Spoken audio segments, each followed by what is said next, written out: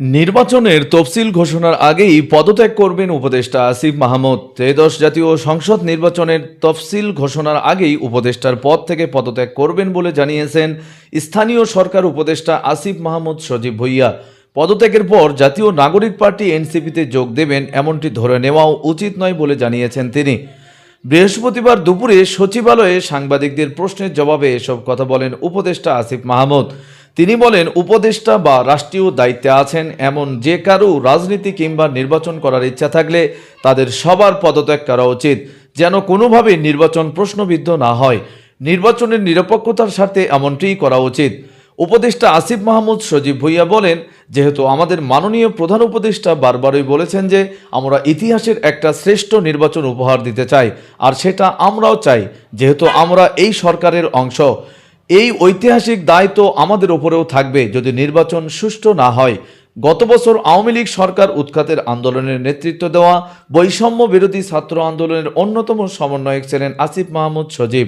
তীব্র আন্দোলনের মুখে শেখ হাসিনা প্রধানমন্ত্রীর পদ থেকে পদত্যাগ করে ভারতে পালিয়ে যাওয়ার 3 দিন পর গত বছর 8 আগস্ট নোবেলজয়ী অধ্যাপক মোহাম্মদ ইউনূসের নেতৃত্বে অন্তর্বর্তীকালীন সরকার গঠিত হয়।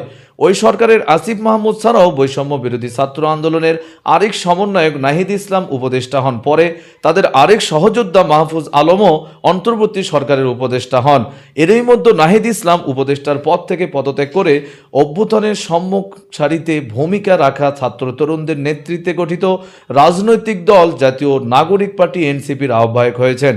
অন্তর্বর্তী সরকারের প্রথমে ক্রিয়া উপদেষ্টার দায়িত্ব পাওয়া আসিফ মাহমুদ ভুঁইয়া বলেন, পরে স্থানীয় সরকার মন্ত্রণালয়ের উপদেষ্টার দায়িত্ব সামলাচ্ছেন। তাদের ওপর সহযোদ্ধা মাহফুজ আলম তথ্য ও সম্প্রচার মন্ত্রণালয়ের উপদেষ্টার দায়িত্বে আছেন।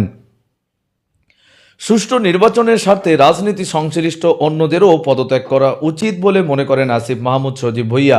এ প্রসঙ্গে তিনি বলেছেন, এই সরকারে তো আরও অনেক আছে যাদের পূর্ববর্তী রাজনৈতিক পরিচয় আছে, এখনও হয়তো আছে এবং সামনেও রাজনীতি করবেন কিংবা নির্বাচন করবেন।